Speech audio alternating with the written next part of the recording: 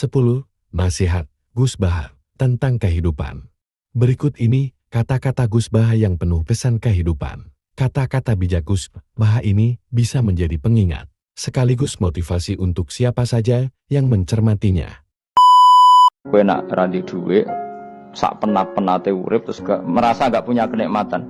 Datang saja ke kuburan dan yakinlah semua yang sedang mati keinginannya hanya satu, ingin kembali di dunia dan memperbaiki amal-amalnya. Berarti dunia adalah segala-galanya bagi orang yang sudah mati.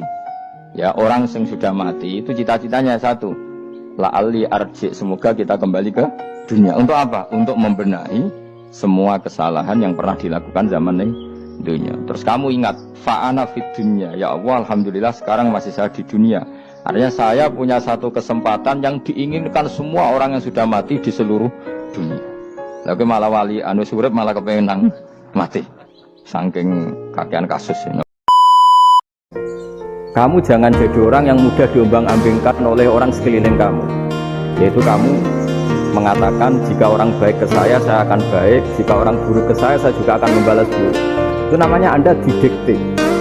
Tapi berkomitmenlah kamu akan berbuat baik meskipun orang lain berbuat buruk. Kalau kita punya problem, pasti ingin ketemu orang yang punya kekuatan untuk menghilangkan problem itu. Kalau kita ingin punya hajat dan ingin solusi, ada solusinya, pasti ingin ketemu orang yang mengendalikan hajat itu, yang bikin solusi.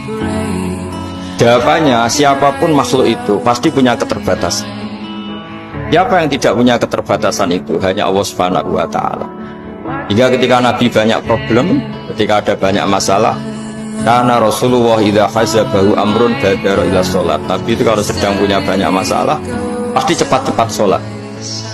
Ya, dikatakan wasta'inu bisobri washolat. Kamu minta tolonglah dengan konsisten sabar dan minta pertolongan dengan sholat.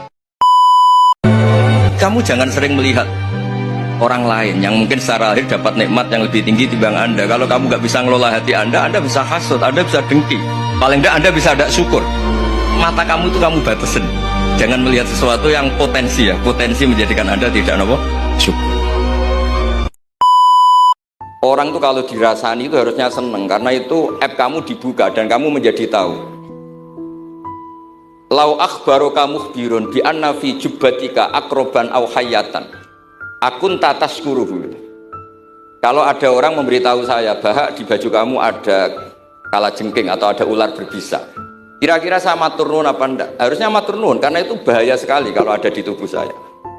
Harusnya ketika orang itu dikritik dengan kesalahan yang nyata, bukan fitnah, kesalahan yang nyata. Kesalahan Anda itu lebih mudirrah fi dunyaka wa akhiratik. Kesalahan Anda itu bahaya sekali di dunia dan akhirat. Sekarang kamu menjadi tahu karena dikasih tahu. Harusnya matur nuwun sama yang ngasih tahu. Kama anna huzati lau akhbaru kamu biron fi anna fi jubbatika hayatan akroban akun tataskuru. Pasti kita terima kasih. Kalau kamu iman kepada Allah dan Rasul, iman kepada Allah artinya apa? Allah memerintahkan kita berbuat baik sama tetangga, sama tamu, maka lakukan itu. Sekali tidak demi Allah dan Rasul, berarti Anda didikte oleh hukum sosial. Kalau tetangga baik ya kita baik, kalau dia buruk ya kita ikut buruk. Itu artinya apa? Kita tidak didikte oleh hukum Allah dan Rasul, tapi didikte oleh hukum apa? Sosial. Islam itu agama yang hubungannya manusia itu dengan Allah, bukan dengan sosial. Sehingga ketika baik sama tetangga pun itu karena perintah Allah. Sehingga kalau suatu saat kecewa tetangga kita itu kurang ajar misalnya, ya kita tetap nyaman saja karena kita baik itu atas perintah. Misalnya sampean kalau malam itu nggak bisa tidur, tahajud ndak, witir ndak, ya mutolaah ndak. Tapi lihatlah itu sebagai tarkul ma'asi. Alhamdulillah, malam ini saya ndak zina, ndak maling, ndak dugem. Supaya kamu tetap syukur sama Allah Ta'ala. Ithmamin mubahin ila wa yatahaqqaqu bihi tarku haramim ma. Setiap mubah yang kita lakukan pasti di saat itu ada haram yang kita tinggalkan. Makanya dulu banyak orang-orang soleh yang semalaman tuh guyon sampai pagi. Bukan karena ingin urakan, enggak, karena mengalahkan setan. Malam itu godaan mungkin ingin ngintip siapa itu masih kuat sekali. Ingin nonton siapa itu kuat sekali. Terus setan dilawan dengan guyon. Ternyata setelah guyon tuh asik, tahu-tahu pagi dan dutannya selesai. Oh, itu setan bisa stroke melawan orang alim seperti ini. Karena nilainya tarkul Masih, meskipun dengan cara guyon. Ketika Imam Busiri itu ngeluh, saya ini orang yang banyak kesalahan. Di antara salah saya adalah saya bisa ngomong tapi tidak bisa melakukan. Yaitu saya ngomong misalnya orang supaya tahajud, saya tidak tahajud. Saya ngomong orang supaya sholat sunat, saya tidak pernah sholat sunat. Itu sarahnya itu yang menyarai itu kan Imam Bajuri itu yang sarah Burda. Itu mengkritik begini. Kalau Anda ngendikan itu fi ma'radi dzammin nafsi, yaitu dalam konteks Anda mengkritik diri sendiri oke. Tapi omongan Anda salah. Karena secara usul fikih fatal. Fatalnya begini. Misalnya saya nggak pernah tahajud. Apakah kemudian saya tidak boleh mengatakan at-tahajjudu sunnatun? Apa saya diwajibkan diam hanya karena saya tidak pernah tahajud, terus saya seorang kiai yang haram mengatakan at-tahajjud sunnah? Saya harus tetap mengatakan kalau tahajud itu sunnah. Karena mengatakan kebaikan pasti bagian dari kebaikan itu sendiri. Ya Allah, kenapa engkau ngasih rezeki saya padahal engkau tidak butuh saya? Kalimatnya sederhana. Kalau seorang majikan ngasih servis sama karyawannya, memang butuh pekerjaannya. Orang tua ke anak butuh kasih sayangnya. Tapi engkau ini zat yang tidak butuh saya, tidak butuh kita, ngapain ngasih? Jadi punya sisi betapa Allah itu luar biasa. Wong tidak butuh kok, ngasih itu kan luar biasa. Jadi karena mensifati seperti itu, Allah itu ridho.